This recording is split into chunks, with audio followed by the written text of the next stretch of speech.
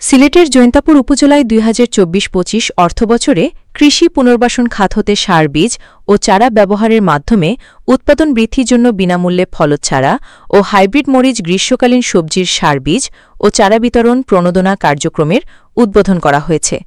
সাইফুল ইসলাম বাবু এর পাঠানো তথ্য ভিডিওচিত্রে দেখুন বিস্তারিত।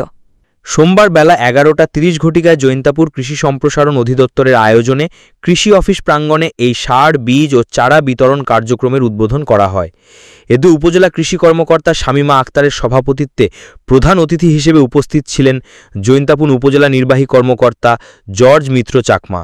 অনুষ্ঠানে জৈন্তাপুর উপজেলার ৬টি ইউনিয়নের কৃষকদের মাঝে প্রণোদনার আয়তায় সার বীজ সহ বিনামূল্যে আম, নিম, বেল, জাম, কাঁঠাল ও তাল সহ হাইব্রিড মরিচের চারা বিতরণ করা হয়েছে।